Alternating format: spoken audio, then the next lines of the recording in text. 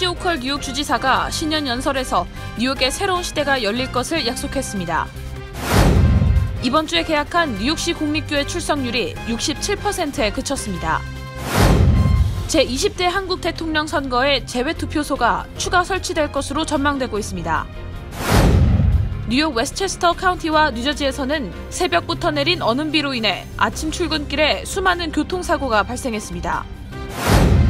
뉴욕주 지방검찰이 성추행 스캔들로 물러난 앤드류 쿠오모 전 뉴욕주지사에 대한 기소를 포기했습니다. 뉴욕과 뉴저지의 공립대에서는 교내 인원들을 대상으로 부스터샷 접종을 의무화했습니다.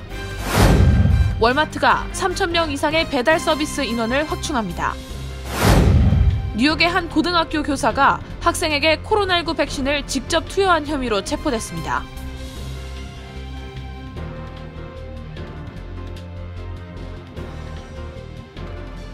(2022년) 새해가 밝아오고 있습니다.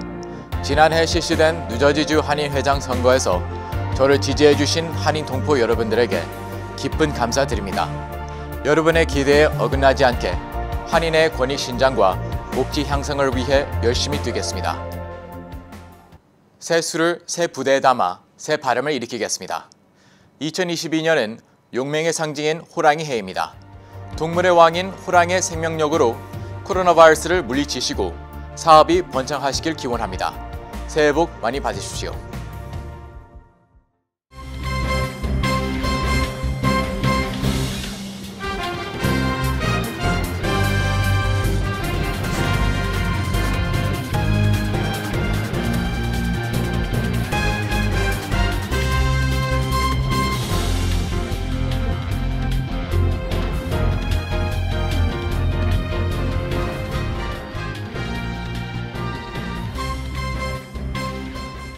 여러분 안녕하십니까? KBTV 뉴스9 이창환입니다.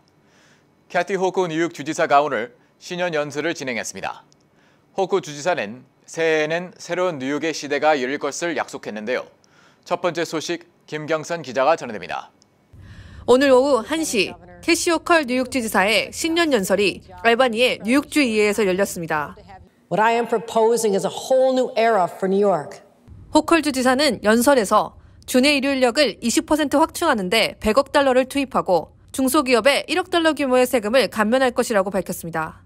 그리고 이전부터 추진되었던 중산층 대상 12억 달러 규모의 세금 감면 계획을 앞당겨 시행할 것이라고 밝혔습니다. 이에 이번 감세 조치로 600만 명 이상의 중산층 납세자들이 곧 혜택을 볼 것이라고 덧붙였습니다. Others are hurting as well. Families, small business owners, farmers, they all need our help. And they need it now. And they're going to get it. We will accelerate a $1.2 billion tax cut originally scheduled to take effect between now and 2025. 또한 올해 200만 명 이상의 주택 보유자들도 10억 달러의 재산세 환급 혜택을 받게 될 예정으로 이에 따라 저소득층과 노인층이 가장 큰 혜택을 받게 됩니다. 주지사는 또한 주내 총기 범죄를 줄이기 위해 총기 규제를 강화할 것을 약속했습니다. And we'll trace guns used in crimes and stop the flow of guns into our state. Meanwhile, we'll triple the resources for both our gun tracing efforts as well as for successful community-based programs. 이외에도 주지사는 주택, 교육, 코로나19 등과 관련해 연설을 이어갔습니다. 뉴욕타임즈는 이번 신년 연설이 캐시 호컬 주지사의 지난 정치 경력 동안 가장 중요한 연설이라고 평가했습니다. KBTV 뉴스 김경선입니다. 겨울 방학이 끝나고 지난 3일 개학한 뉴욕시 공립교회 출석률이 67%에 그쳤습니다. 이는 오미크론 확진자 수 급증으로 인한 결과로 분석되고 있습니다. 계속해서 김경선 기자의 보도입니다. 3일 발표된 뉴욕시 교육국 DOE의 자료에 따르면 겨울방학 이후 새해 첫 등교날인 3일 시 공립교 전체 재학생 3명 중 1명이 결석해 출석률이 67%에 그쳤습니다. 팬데믹 전인 2019년도와 2020년도 개학 첫날 출석률이 약 84%인 것과 비교해 눈에 띄게 감소했습니다. 지난달 29일 뉴욕주 보건국의 발표에 따르면 뉴욕시 병원에 코로나19 입원 환자가 지난달 동안 4배가량 늘어나고 코로나19 감염자 수가 연말 이후 기록을 경신하는 가운데 대면 수업에 참석하지 않은 학생들이 많은 것입니다. 뉴욕시 정부의 발표에 따르면 어제 12,723명의 공립교회 학생들과 교직원들이 확진 판정을 받은 것으로 집계되었습니다. 단 이 중 85%는 겨울방학 중 받은 검사에서 양성 판정을 받은 사례라고 시정부는 설명했습니다. 9월부터 집계된 학생, 교직원 감염자 수는 61,453명입니다. 또한 뉴욕시 교사노조 UFT 소속의 일부 교사들은 팬데믹 확산을 방지하기 위해 최소 1월 18일까지는 원격 수업으로 진행해야 한다며 시 교육국을 상대로 맨해튼 주법원에 소송을 제기했습니다. 반면 3일 에릭 아담스 뉴욕시장은 학생들에겐 학교가 제일 안전한 곳이라며 교내 감염률은 1%밖에 되지 않는다고 전했습니다. 한편 뉴저지에서는 지난 3일 교사 부족 사태를 해결하기 위해 은퇴교사 임시 임용 법안을 통과시켰습니다. 해당 법안에 따라 학교는 은퇴한 교사들을 최장 2년까지 한시적으로 임용할 수 있으며 고용 연장을 위해서는 뉴저지주 교육국장의 승인이 필요합니다. 또한 같은 날 필머피 뉴저지 주지사는 주의회에 오는 11일 만료 예정이었던 교내 마스크 착용 의무화 지침을 연장할 것을 요청했습니다. KBTV 뉴스 김여선입니다. 3월 실시되는 한국 제20대 대통령 선거를 앞두고 한국 국회에서는 재외 동포들의 투표가 더욱 용이할 수 있도록 재외 투표소 추가 설치에 대한 합의가 있었습니다. 이로써 뉴욕 기론의 투표소 추가 설치에 대한 동포들의 기대감이 커졌습니다. 자세한 소식 안지영 기자입니다. 오는 3월 치러지는 제20대 한국 대통령 선거에서 재외국민 투표소가 더 늘어날 것으로 전망됩니다. 4일 한국 국회 정치개혁특별위원회는 법안심사 제1소위원회를 열고 재외국민 투표 편의성을 높이는 공직선거법 개정안 상정 및 통과를 잠정 합의하고 5일 전체 회의에서 의결될 예정입니다. 개정안은 재외공간별 투표소 추가 설치 요건인 재외국민 수를 현재 4만 명 이상에서 3만 명으로 완화하고 현행법상으로 최대 2개소까지 설치 가능한 재외투표소를 최대 3개소로 늘려 재외국민의 참정권을 확대한다는 내용이 골자입니다. 이번 개정안이 오는 11일 국회 본회의에서 통과된다면 2월에 실시되는 대선 재외선거에 바로 적용될 수 있을 것으로 보입니다. 뉴욕 총영사관은 지난달 28일 필라델피아 출장소를 포함한 뉴욕 총영사관 관할 지역에 총 4개의 투표소를 설치한다고 발표했습니다. 그런데 이번 개정안이 적용된다면 뉴욕과 필라델피아에 각각 1개씩 추가 설치돼 뉴욕 일원에는 총 6개의 투표소가 설치될 것이라고 뉴욕 총영사관 김호택 재외선거관은 밝혔습니다. 이외에도 오미크론 변이 바이러스 확산으로 인한 방역 문제와 같은 긴급 상황이 발생할 경우 재외 공간의 재량에 따라 투표 시간을 늘리는 방안도 이날 정개특위에서 합의됐습니다. 뉴욕 일원 3곳의 투표소는 맨하탄에 위치한 뉴욕 총영사관 내의 투표소와 퀸즈 베이사이드의 뉴욕 한인 봉사센터 KCS, 그리고 뉴저지는 팰리세이드 파크에 위치한 뉴저지 한인회관이 이에 해당됩니다. 그리고 필라델피아 시청 바로 옆에 위치한 뉴욕 총영사관 필라델피아 출장소에도 투표소가 설치됩니다. 제20대 대통령 선거 재외선거인 온라인 등록 마감은 1월 8일까지이며 한인마트에서의 순회 접수 등록 마감은 1월 5일이었으나 아직 등록하지 못한 동포들의 청원으로 순회 접수 일정을 1월 8일까지 연장했다고 뉴욕 총영사관 재외선거관실은 밝혔습니다. 한편 제20대 대통령 재외선거인 투표에는 사전 신고 신청자에 한해 2월 23일부터 28일까지 참여할 수 있습니다. KBTV 뉴스 안지영입니다. 뉴욕의 웨스트체스터 카운티와 뉴저지에서는 아침 일찍부터 어는 비가 내려 자동차 도로에 빙판길이 형성됐습니다. 이에 아침부터 수많은 차 사고가 속출하고 있으며 사망자 1명이 확인됐습니다. 안전운전에 각별한 주의가 요망됩니다. 김경선 기자의 보도입니다. 오늘 새벽부터 뉴저지와 뉴욕 웨스트체스터에서는 어는 비가 내리기 시작하며 자동차 도로가 결빙되었습니다. 그럼에도 많은 사람들이 출근을 위해 얼어붙은 도로에 오르면서 교통사고 소식이 속출하고 있습니다. ABC7에 따르면 오전 9시 기준 뉴저지에서는 블로이 스트리트 근방 서쪽 방향의 루트 22, 가든 스테이트 파크웨이, 스프링필드 로드 근방 동쪽 방향 루트 22, 스프링힐 로드 근방 양방향 루트 34에서 차 사고가 접수되었습니다. 그중 루트 34에서는 차선이 전면 폐쇄되었습니다. 뉴욕에서는 맨해튼 방면 윌리엄스버그 브릿지, 9번 출구 근방 서쪽 방향의 I-287, AW 출구 근방 서쪽 방향의 I-286, 3번 출구 근방 I-687 도로에서 차 사고가 발생했습니다. 그중 I-687에서는 다중추돌 사고가 발생했습니다. 지금까지 확인된 교통사고 사망자는 1명입니다. 뉴욕의 웨스트체스터 카운티의 경찰은 오늘 오전 6시 반경 이비크로스 카운티 파크웨이와 MB 브롱스 리버 파크웨이를 잇는 경사로에서 차 사고가 발생해 1명의 사망자가 나왔다고 밝혔습니다. 뉴저지의 플라스키 스카이웨이에서도 새벽 6시경 수건의 차 사고가 발생해 양방향 도로가 전면 폐쇄되었습니다. 뉴욕시에서는 서쪽 방향의 고털스 브릿지와 서쪽 방향의 스탠튼 아일랜드 고속도로도 전면 폐쇄되었습니다. 뉴저지 벨빌의 북쪽 방면 루트 21과 저지시티의 1번 루트, 9번 루트에서도 차 사고가 발생해 도로가 폐쇄되었습니다. 뉴저지 사우스 브론즈윅 경찰은 오전 7시경 트위터를 통해 도로 결빙으로 지난 1시간 동안 24건의 차 사고가 발생했다고 보고했습니다. 필 머피 뉴저지 주지사도 트위터를 통해 가능한 운전을 하지 않을 것을 권고했습니다. 코네티컷주의 그린위치 경찰 측도 시내 도로 결빙이 심각하다며 수많은 차 사고가 발생하고 있어 가능한 많은 인력을 현장에 투입하고 있다고 전했습니다. KBTV 뉴스 김여선입니다. 뉴욕주 지방검찰이 성추행 스캔들로 물러난 앤드루 코모 전 뉴욕 주지사에 대한 기소를 포기했습니다. 그의 혐의들에 대해 각 지방검찰청장이 수사를 종료하는 가운데 각 사건들과 관련된 사회적 논의는 지속돼야 한다는 목소리도 나오고 있습니다. 보도에 안지영 기자입니다. 뉴욕주 지방검찰이 성추행 스캔들로 중도 사퇴한 앤드류 쿠오모 전 뉴욕 주지사에 대한 기소를 포기했다고 뉴욕타임즈가 4일 보도했습니다. 데이비스 워스 얼바니 카운티 지방검사장은 이날 성명에서 전 주지사에 대한 혐의가 합리적인 의심을 넘어 범죄 요소를 입증해야 하는 것은 자신들의 몫이라며 모든 증거를 검토한 결과 재판에서 혐의를 입증할 증거가 불충분하다는 결론을 내렸다고 밝혔습니다. 재임 시절인 지난 2020년 12월 쿠오모 전 주지사는 얼바니에 있는 주지사 관저에서 자신의 비서였던 브리트니 코미소를 성추행한 혐의로 검찰의 조사를 받아왔습니다. 이날 결정으로 얼바니 검찰은 쿠오모 전 주지사에 대한 기소를 포기한 세 번째 검찰이 됐습니다. 앞서 웨체스터 카운티와 나소 카운티 검찰도 쿠오모 전 주지사에 대한 조사를 마친 뒤 기소를 하지 않기로 방침을 정했습니다. 쿠오모 전 주지사는 여성 11명을 성추행한 혐의가 인정된다는 뉴욕주 검찰의 보고서가 발표된 후 지난해 8월 자진 사퇴했습니다. 한편 3일 쿠오모 전 주지사의 변호사 엘칸 아브라모위츠 씨에 의하면 맨해튼 지방검찰청은 쿠오모 전 주지사의 뉴욕 요양원 사망률 은폐 혐의에 대해 수사를 종결했습니다.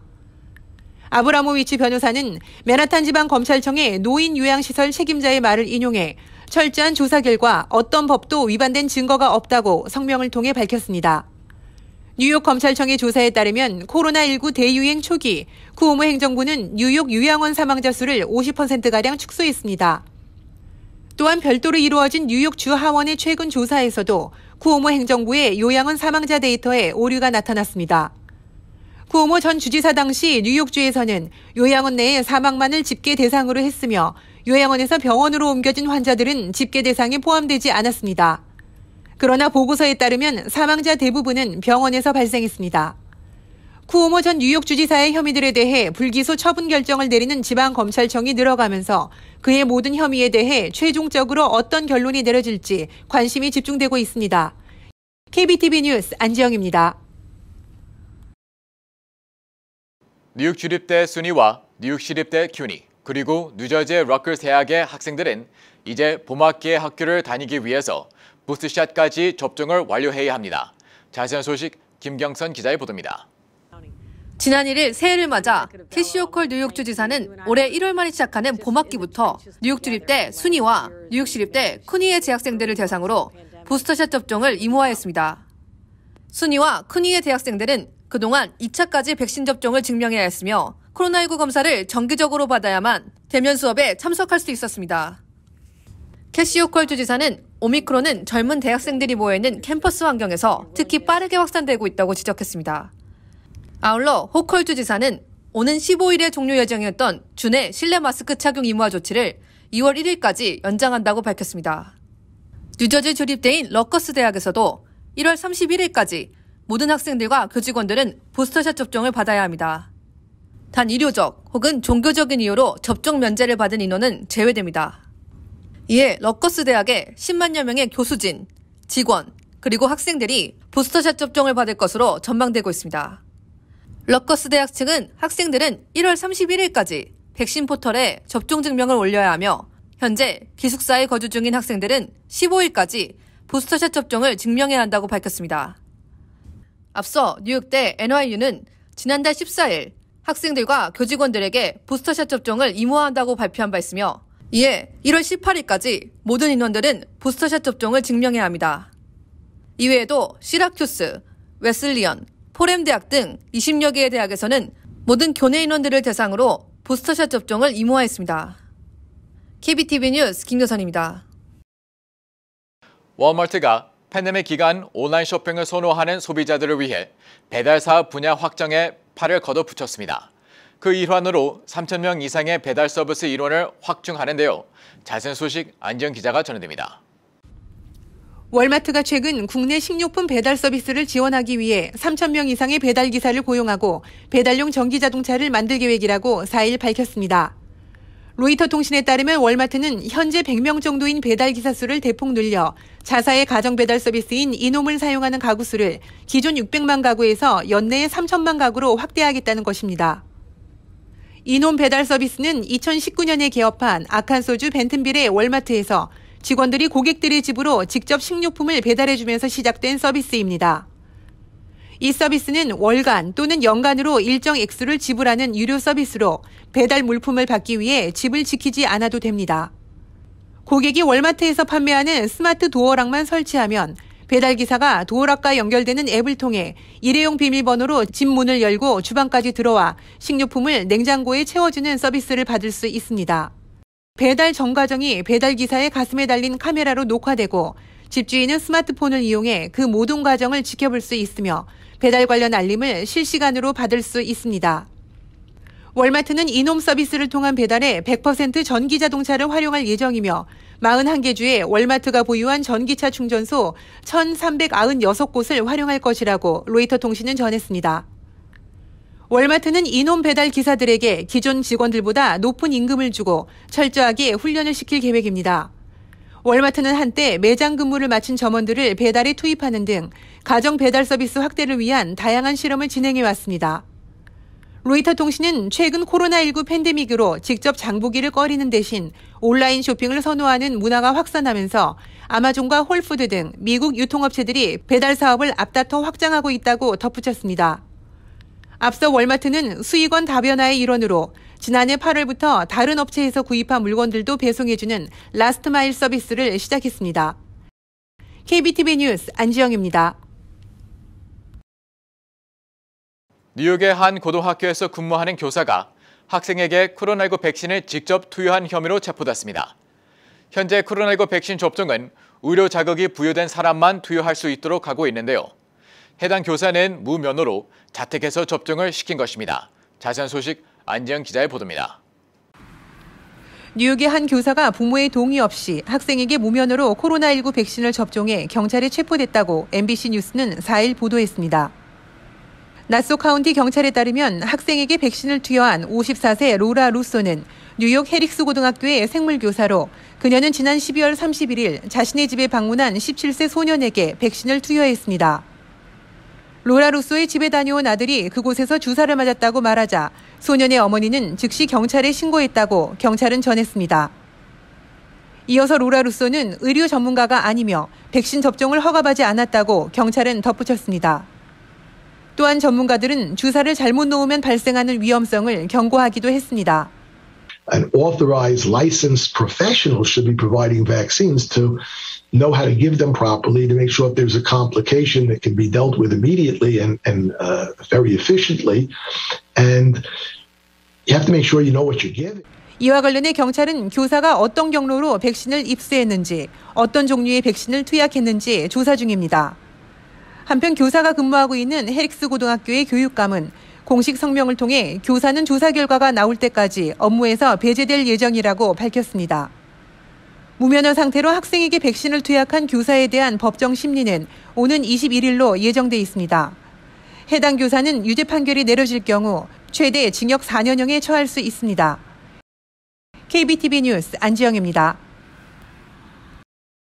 뉴저지 팰리세이즈 팍의 크리스정 시장이 지난 3일 신년사를 통해 노후화된 펠팍 브로드 애비뉴 상권 재개발을 추진하겠다고 입장을 발표했습니다.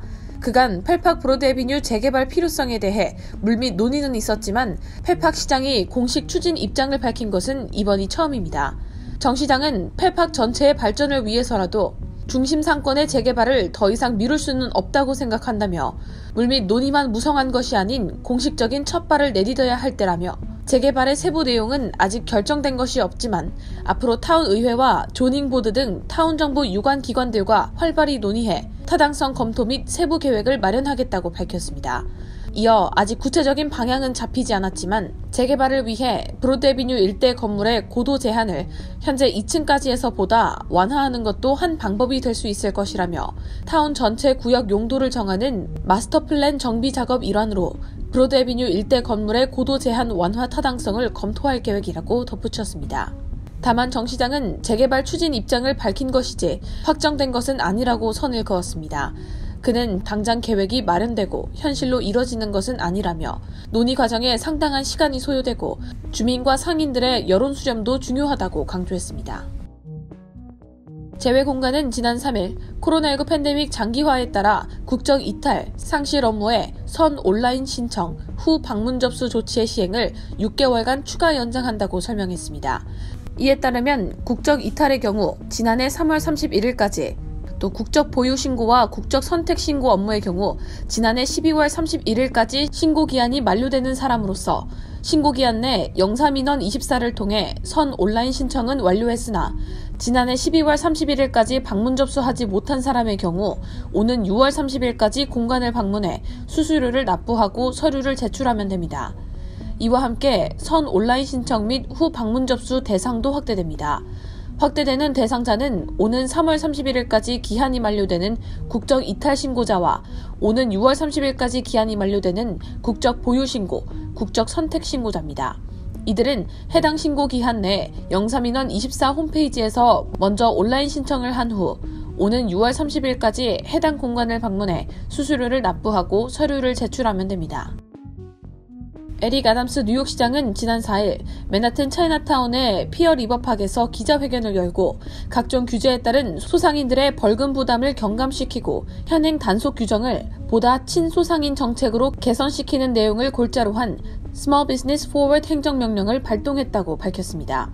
이번 행정명령에 따르면 뉴욕시 빌딩국, 소비자보호국, 환경보호국, 소방국, 위생국, 보건국 등 뉴욕시 6개 정부기관들은 앞으로 3개월 이내에 가장 많이 적발되는 위반 규정 25가지를 확인하고 이에 대한 벌금을 줄이거나 아예 없애는 등의 개선안을 마련해야 합니다. 특히 이번 개선안에는 처음 규정을 위반한 소상인에게는 단순 경고 조치만 하는 방안과 규정 위반 사항을 시정할 수 있는 유예기간이나 개선 기회를 부여하는 방안도 포함되게 됐습니다. 아담스 시장은 뉴욕시 소상인들은 코로나19 팬데믹 기간 많은 어려움을 겪었다며 그들에게 필요한 것은 불필요한 벌금을 없애는 것이고 지역 경제 활성화를 위해 앞으로 뉴욕시는 관료적 형식을 없애는 대신 소상인들에게 도움이 될 수 있는 파트너가 될 것이라고 강조했습니다. 아이비리그 명문 유펜 로스쿨 교수가 아시아계 미국인과 이민자들을 향해 인종차별적이고 혐오적인 발언을 해 큰 파장을 일으키고 있습니다. 펜실베니아대 로스쿨 교수인 에이미 왁스 교수는 지난달 20일 글렌 루리 미 브라운대 사회학과 교수가 진행하는 유튜브 채널 글렌쇼에서 미국 이민을 주제로 한 토론을 하다가 서구 사회의 가치를 공유하지 못하는 사람들이 서구 사회로 유입되는 것을 환영하기 어렵다는 인종차별성 발언을 했습니다.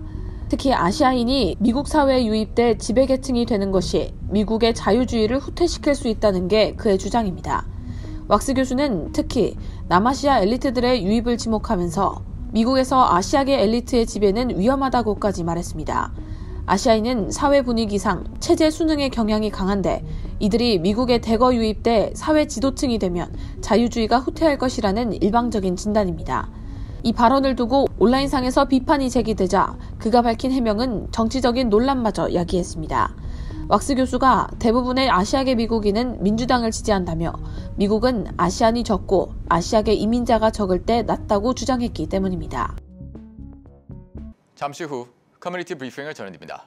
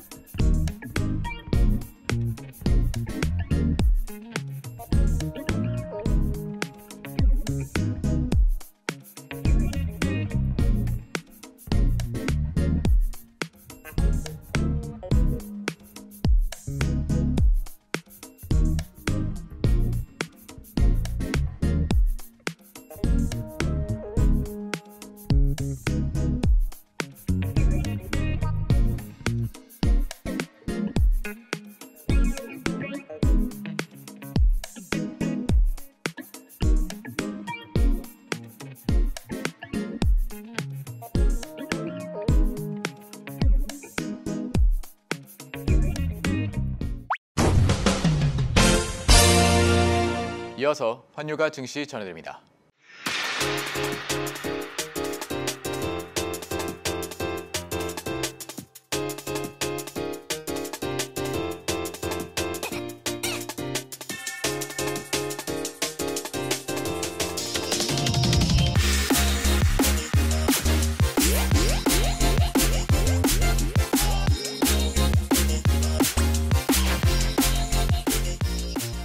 잠시 후 뉴욕과 뉴저지 날씨 전해드립니다.